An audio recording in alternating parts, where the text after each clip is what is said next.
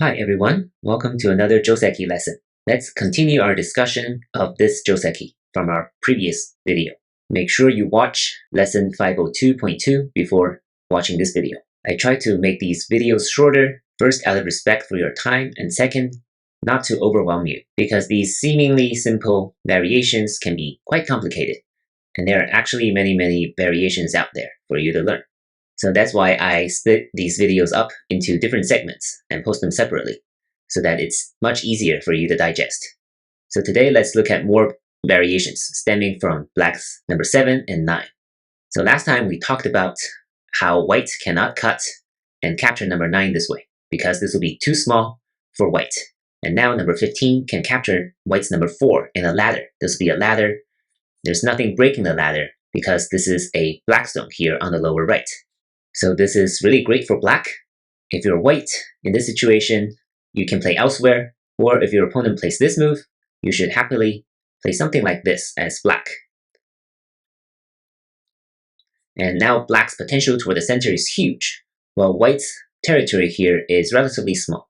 And white really needs another move here, because if it doesn't, black can play this double Hane at 31-33, forcing white into this position. This is really small for white, and now black's potential is huge. So this is definitely not acceptable for white. So white plays here, black can play something on the upper side. At this point, we can say black is winning. So this is why number 10, 12 can be really bad for white. Of course here, if white cuts here, black can just capture. White would probably want to connect here on the second line. Once again, this is good for black. Black just needs to play here on the upper side to strengthen this group. And white's corner territory is once again very small. And that's the key problem for white here. Capturing this stone on the second line is very small. So that's why number 10 is something you should never play in this scenario. But white can play a few other moves. Number 1 is this double Hane, right? So now it's kind of tempting black to come and capture number 10. In which case, this will be disastrous for black, because now white can capture number 7 on the third line. Black has 3 points here on the corner. And number 5 is bumped up against white's wall. White is super solid, already alive, has captured number 7. So this is unacceptable for black. So black cannot cut at number 11 and try to capture number 10. So this is why you need to learn the capture techniques. But in this type of situation, in the opening, you have to know which moves are bigger, which moves are more valuable. Here, in 2 consecutive moves, we see that both sides cannot capture the other on the second line, because that will be too small. So here, black's best move is probably just to connect here. Now white needs to connect here, and black can extend here on the side. So this is about even. This is very similar to the first Joseki I showed in 502.1. It would be something like this, except that black has played 2 exchanges here before making number 13. This is the equivalent. So this is still about even, and white has sente in this situation. And that means if you're white, and you don't like any of the variations in the previous video, you can just play this double Hane, forcing black to connect here. You can connect, and now black needs to extend. So you can totally play this as white if you do not like any of those other variations. And now in the age of AI, we have this move as well. It's not very intuitive, because you would think black can Atari here, and white connects. This is actually a bad exchange for black for some reason, because in the future, black will not get this Hane at number 13. This way you can Atari at number 4, and this is a good way for black to play. But after this exchange, this Hane right here will be much less valuable. White can play at number 18 now. So that's why black should play here, white should play this move, and black plays here. So this is, once again, another viable variation for both sides. White takes sente, probably wants to play here on the upper side now, because black has a lot of influence toward it. White is already alive, because if black pincers on this side, white can come into the corner very easily and build a living shape this way. And if black comes into the corner, white can of course extend on the side. So this is a viable variation as well. So if you're black and your opponent plays at number 10, remember not to play this Atari, because this is not great for black. Simply play this move. It's a solid move that makes a living shape, build a very solid base toward the side. It's very consistent with move number 9, because number 9, playing on the second line, is all about settling the group and building 2 eyes. Another move white can play is right here. So these moves seem very similar. So we introduced this move, this Joseki at first in lesson 501. Those are some of the most basic Josekis that I introduced. And then we looked at this, and this. The differences are very subtle, but they do make a difference because now black should not play here anymore. Right? This will be a bad move. Why? Because black cannot come into the corner very easily after number 10. Whereas if white plays here, black can still play this, and sometime down the line, black can play this bend and come into the corner and build a living shape this way. Similar with the previous pattern here, right? So sometime down the line, you don't have to play this immediately after this exchange. If black ever needs it, it can come in like this. This is an option, and having this option is really, really important for black's survival. But now, number 10 here kind of takes away black's advance into the corner, right? Because black cannot occupy the 1-1 point, right? If you occupy the 1-1 point, it's much easier to make a living shape. You can understand it this way.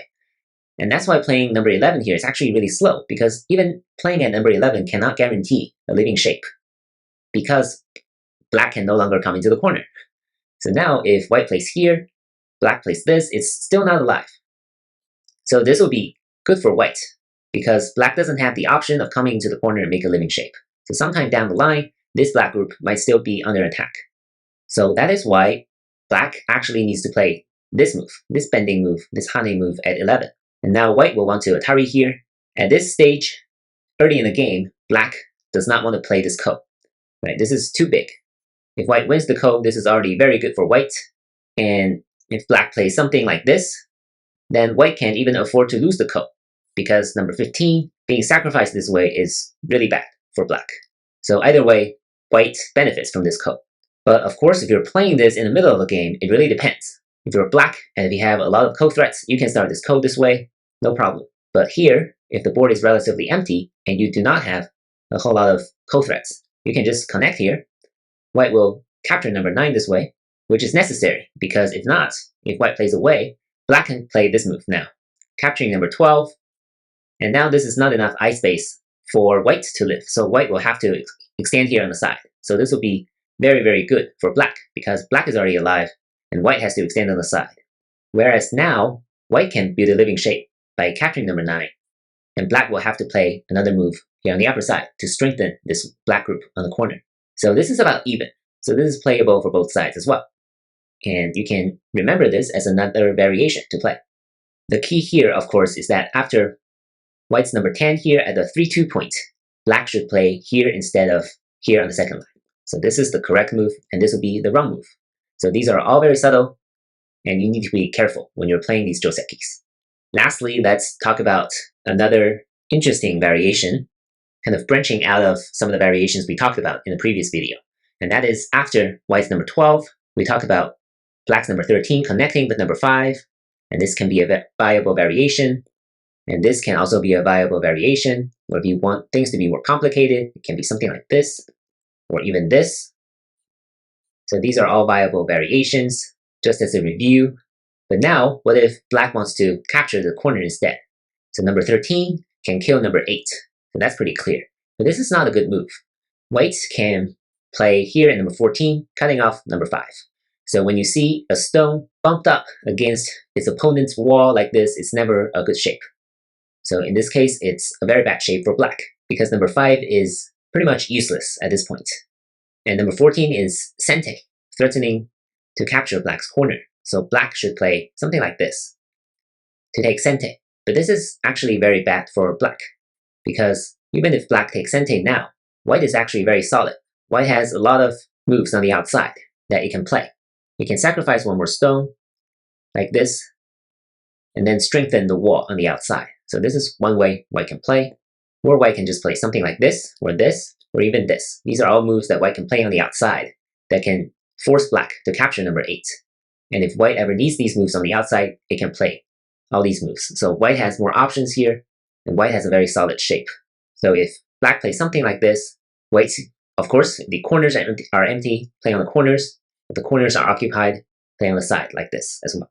So this overall would be actually good for white, because of white's solid shape on the outside.